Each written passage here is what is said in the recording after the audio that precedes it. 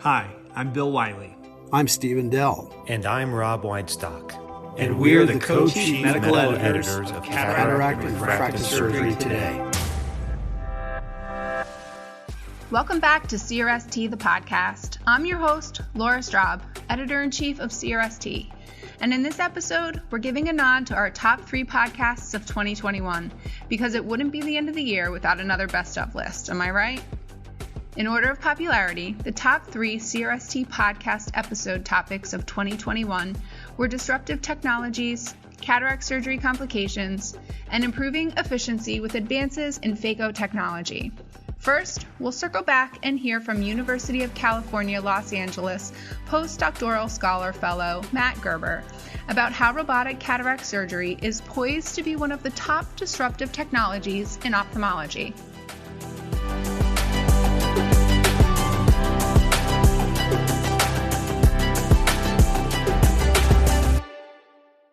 Robotic systems have been widely incorporated into many surgical applications because of their higher precision, greater maneuverability, and potential for improved sensing capabilities compared with manually performed surgical procedures. However, the pace at which robotic systems have been integrated into ophthalmic surgery has lagged behind that of other surgical fields. This difference can be attributed to the unique advantages of manual ophthalmic surgery, including direct visualization of the surgical workspace and the unhindered maneuverability of intraocular instrumentation. These advantages have eclipsed the apparent benefits of incorporating robotics into the ophthalmic surgical theater. Furthermore, significant progress has already been made towards improving surgical outcomes through the incorporation of state-of-the-art digital microscopes, advanced fluidics control during phacoemulsification, and femtosecond laser-based cataract surgery. Nevertheless, manual surgical procedures are constrained by the physiologic limitations of the human surgeon. Precise physical manipulation of intraocular tissue is hindered by inherent hand tremor, an inability to sense forces below those of human tactile perception, and a lack of sufficient depth perception to resolve microstructures or identify tissue planes.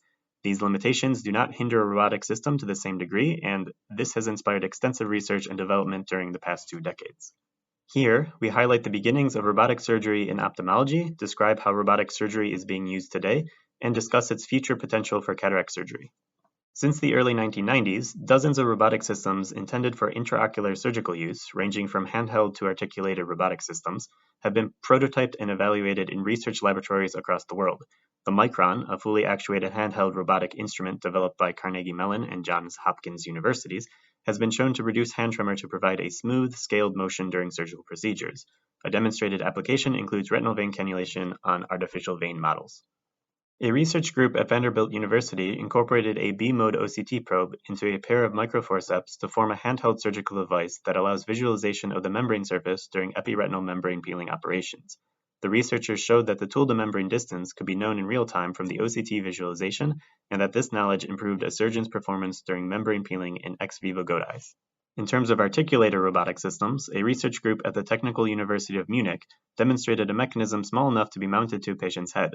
This device was used to perform a range of intraocular procedures, including subretinal injection and deep anterior lamellar keratoplasty. Recent work incorporates OCT-based needle segmentation techniques to expand the boundaries of autonomous surgical procedures. To our knowledge, the only robotic system to be developed specifically for cataract surgery is the Intraocular Robotic Interventional and Surgical System, or IRIS, from the University of California, Los Angeles. Presented in 2013, the IRIS was the first robotic system to demonstrate simultaneous use of 2 surgical instruments, teleoperated capsulorhexis, and entire cataract surgery on ex vivo pig eyes from start to finish. More recently, the IRIS was integrated with an OCT system to perform a range of autonomous surgical procedures, including partially automated lens extraction. In that work, preoperative OCT scans were used to generate a lens extraction trajectory, and intraoperative OCT scans localized around the tip of the IA handpiece were displayed to the surgeon to enable real-time anatomical evaluation. On an ex vivo pig eye model, posterior capsule rupture, PCR, was avoided in all trials, and nearly complete lens extraction was achieved with the IRIS. To date, the Precise Surgical System is the only robotic surgery system dedicated to ophthalmology to become commercially available. The system consists of a joystick-like motion controller used as an input by the surgeon and an instrument manipulator that mounts to the surgical instrument. In 2018, the Precise was used to perform retinal membrane peeling and subretinal injection in human patients. With this system, a high degree of tooltip positional precision can be obtained, and virtual boundaries can be imposed to restrict unwanted movement and prevent iatrogenic retinal trauma. The Precise group continues to publish research results with their system, and at least 3 devices are currently being used in hospitals across Europe. The first in-human experience with the robotic laser femtomatrix was first presented in 2019, and the system can be used to photoemulsify a cataract. The company reports that the femtomatrix may be used to perform about 80% of the surgical procedure without human intervention. The first group to demonstrate in-human robot-assisted retinal vein cannulation was Minutia, a spin-off of the Catholic University of Leuven in Belgium. The surgeon and the co-manipulated robotic system simultaneously hold the same surgical instrument. In the 2018 Phase 1 clinical trial, an anticoagulant was injected into the retinal veins of 4 patients with retinal vein occlusion for up to 10 minutes. Development of the system continues, and the company is attempting to commercialize the technology. Meanwhile, research on the iris continues at the University of California, Los Angeles. The goal is to develop a system that is capable of performing fully automated cataract surgery. The most recent work demonstrated partially automated polishing of the posterior capsule in ex vivo pig eyes by using transpupillary OCT scans of the anterior segment. In related research, a deep learning-based method was used to guide an IA handpiece to autonomously extract lens fragments from ex vivo pig eyes. This work provides a foundation for autonomous cataract surgery guided by artificial intelligence. Also, a few startup companies, namely Acu Surgical, Cambridge Consultants, Foresight Robotics, and Opto Robotics, have received seed funding for their unique visions of intraocular robotic surgical systems. While these companies are reported to be working towards clinical trials and the CE mark certification, no current evaluations of these systems are known to exist. The integration of robotic systems could improve cataract surgery in several ways. First, access. The number of trained cataract surgeons is inadequate to meet current demand, and this shortage is expected to worsen as the population ages and the prevalence of cataracts increases. A robotic surgeon could help increase healthcare access by performing routine surgery on patients with cataracts that are not complex. Second, efficiency. The seamless integration of all surgical steps into a single system could improve surgical flow and decrease operation time compared to manual surgery. Furthermore, it would not require relocation of the patient, as is currently necessary for femtosecond laser-based cataract surgery. Third, safety. If we add up all the intra- and post-operative complications, including refractive errors, an estimated 50% of patients will experience suboptimal outcomes. For example, posterior capsule opacification rates are around 30% at 5 years, PCR rates are around 5%, and suboptimal refractive outcome rates are around 30%. By standardizing treatment, a robotic system could enable every surgeon to improve outcomes. The greatest surgical risk originates with cataract removal. For example, PCR remains a common complication largely because of the difficulty of sensing the location of the posterior capsule during phacoemulsification, irrigation, and aspiration. Novel technologies capable of sensing the posterior capsule exist, for example, intraoperative OCT, but their data is not well integrated and is difficult for a human surgeon to interpret. Recent advances in computer vision techniques allow a robotic system to be trained to make sense of this data and to safely guide the surgical instrument. It could do this with greater resolution and a faster response time than a human surgeon is capable of, thereby reducing the occurrence of surgical complications that arise from improper tool positioning, excessive aspiration forces, and ultrasound power. Another potential future benefit is reducing posterior capsule opacification through complete polishing of the entire capsular bag. Currently, human surgeons are limited by an inability to visualize the lens equator, the difficulty of sensing the position of the posterior capsule relative to the tool, and inadequate control of aspiration forces and response times. Robotic solutions include the incorporation of novel visualization technologies that are capable of imaging the capsular equator, robotically guided tool positioning, and high-resolution control of aspiration forces with fast response times. If well integrated, these capabilities could allow safe and complete polishing of the entire capsular bag without increasing the risk of PCR. Finally, the integration of robotic systems could improve cataract surgery through automation. For example, the augmentation of surgical decisions through the incorporation of artificial intelligence is a major anticipated development. Robotic cataract surgery is especially well suited to automation because the surgical protocol is remarkably consistent and is composed of the same specific and routine procedures. An existing example is the use of a femtosecond laser to create the corneal incisions, perform the capsulorhexis, and fragment the lens prior to manual extraction. A more ambitious but not infeasible application is to automate the entire surgery, effectively eliminating the requirement for a surgeon to hold the surgical instruments. Such a goal can only be achieved with improved feedback from OCT or another imaging modality that's closely integrated with the robotic system. Guidance by artificial intelligence would be required to make surgical decisions with limited or no input from a human surgeon.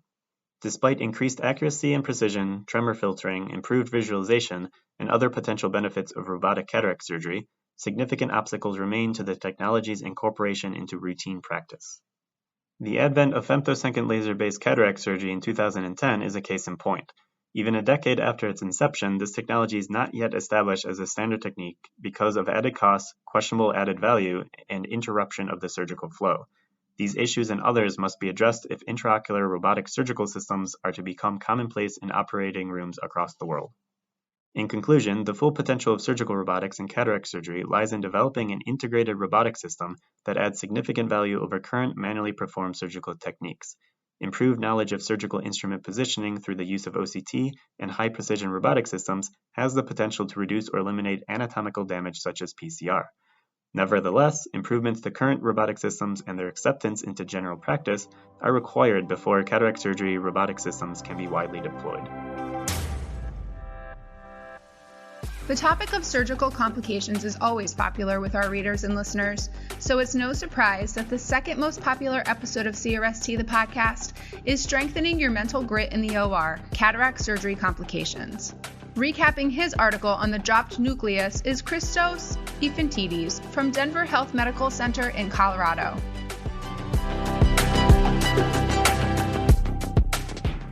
Most cataract surgeons will encounter a dropped nucleus at some point in their careers. This is especially true for those who take on non-routine cases. Proper training and clear thinking can help to provide the highest level of care to patients who experience this dreaded complication. The preoperative cataract evaluation is a critical step in planning for potential complications during surgery.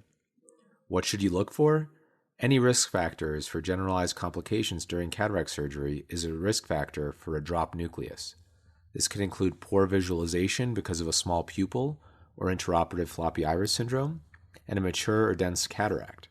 Other factors such as zonulopathy, prior trauma, and a history of ocular surgery, for example vitrectomy, also raise concern about a possible complication. Which risk factors are most dangerous specifically for a dropped nucleus? An article published in 2020 reviewed 1.7 million European cataract surgeries and created a list of the leading causes of a dropped nucleus. The multivariate analysis found the following statistically significant risk factors listed in order of significance: white cataract, prior vitrectomy or preoperative visual acuity, small pupil, pseudoexfoliation, and diabetic retinopathy. I was surprised to see white cataract at the top of the list, but it makes sense. White cataracts can be pressurized, soft or very dense, fibrotic, iatrogenic, or post-traumatic with zonulopathy. In short, white cataracts are unpredictable in nature and harbingers of bad things to come. Imagine the lens begins to sink during surgery. This is not an ideal time to make a game plan. Prepare in advance for the worst by determining the equipment and products you will need to get the job done. Much of my strategy depends on the resources available to me. I have worked on 5 different continents in low-resource settings. My approach to dropped lens depends on access to retinal care and the burden placed on the patient. If there is no realistic option for retinal care, I may be more aggressive about trying to retrieve a fallen lens. This situation has happened to me only once abroad, but realizing that you have no retina backup is stressful. I advise giving this matter serious consideration before deciding to do surgical work abroad without adequate training. This article, however, focuses on high-resource environments such as the United States, Canada, and Europe. In this setting, I have 5 main goals when a dropped nucleus occurs. Goal number 1, ensure adequate pain control. The administration of a subtenon's block is helpful because surgery will take longer than expected, and you want your patient to be comfortable. Prioritize anything you could do to reduce the patient's pain and fidgeting. I favor a 50-50 mixture of lidocaine 2% without epinephrine and bupivacaine 0.75% injected using a green balm cannula placed through a conjunctiva tenon cutdown. This provides quick, short-acting anesthesia, and it can keep pain at bay for hours. Goal number 2, remove the vitreous from the anterior segment. A thorough anterior vitrectomy is crucial if the presence of vitreous in the anterior segment is suspected. Otherwise, cystoid macular edema, infection, and retinal tears or detachment may occur. Vitreous strands can also compromise the placement of an IOL. I suture the main wound and create a separate paracentesis to improve fluidics and chamber stability. Even if the suture must be cut to allow the placement of an IOL and the main wound resutured again, these steps are worth the time. Triessence, either dilute or small undiluted quantities, is used to stain vitreous if present in the anterior segment. Kenalog may be administered for the same indication, but it is considered an off-label use. If you use the Centurion Vision System, I recommend making a separate procedure setting that is dedicated to anterior vitrectomy. For instance, Procedure 8. By creating an entirely separate procedure setting, you can use the foot pedal to switch back and forth between cut IA and IA cut without the help of your scrub tech. Special thanks to Greg Glassman from Alcon for teaching me this. Goal number 3, place a lens. Implanting an IOL optimizes the patient's ability to see even if a cataractous lens is in the vitreous. Of course, a posterior chamber IOL requires adequate anterior capsular support. The options are to place a 3-piece IOL in the sulcus or with optic capture, or to implant a 3-piece or 1-piece acrylic IOL in the bag using reverse optic capture. For any optic capture procedure, an intact capsulotomy that is smaller than the optic is necessary. If capsular support is inadequate, I do one of two things. Either I place an anterior chamber IOL, or I leave the patient aphakic and consider placing a secondary IOL at a later time. This decision depends on the age of the patient, the risk of glaucoma, uveitis, and corneal endothelial disease, and the patient's overall visual prognosis. Goal number 4, allow a retina colleague to address the dropped lens. Fishing for a dropped or dropping lens can lead to pain, cystoid macular edema, and retinal tears or detachment. Personal ego must be put aside, and the retrieval of the lens must be left to a retina colleague. Even if you get most of the cataract out, residual nuclear chips, epinucleus, or cortex may cause persistent inflammation, pain, and hardship for the patient. Goal number 5, know when to wash and when to refer. Some cataract surgeons prefer to observe patients to see if retained nuclear fragments resolve on their own. Many articles have been published on the optimal timeline for vitrectomy in an eye with a dropped nucleus or retained nuclear fragments, and the argument for early referral and surgery has been well documented. A particularly useful systematic review and meta-analysis focused on the timing of vitrectomy for retained lens fragments. Vanner et al. Concluded that significantly better outcomes, including visual acuity, retinal detachment, increased IOP, intraocular infection or inflammation, are achieved with earlier vitrectomy. For these reasons, I prefer early referral and management by the retina team. This is a difficult conversation to have, but it's much easier if the complication was addressed with the patients during informed consent. Because I perform fewer routine surgeries these days, my preoperative conversations are robust. I cover general risks, but also highlight the specific issues for which a patient may be at increased risk. My conversation always includes the following statement. Quote, if I don't feel like I can get all of the cataract out safely, or if I can't implant the lens safely, there could be a need for more surgery later. I will do whatever I think is safest for your eye. End quote. Even with routine surgery, you are much better off not breezing through the informed consent. If you discuss the potential complications in depth with the patients before surgery, you can lean on that discussion after surgery when you talk to them about an intraoperative complication. Studies show that deserting patients, devaluing or failing to understand their and/or their family's views, and communicating information poorly are major components of malpractice claims. When complications arise, showing the patient that you care about the outcome takes time, energy, and focus. It can derail an efficient clinic or OR schedule. It is, however, the easiest way to avoid erosion of the doctor-patient relationship. More importantly, it is the right thing to do, and it is something we would expect from our own doctors if a complication happened during cataract surgery on our own eyes. The third most popular episode of CRST the podcast was the 20th anniversary of CRST, Improving Efficiency with Advances in Phaco Technology. Resharing his article is James A. Davison from the Wolf Eye Clinic in Iowa. Phaco emulsification has changed a lot since 2001 when CRST debuted, and I was halfway through my career.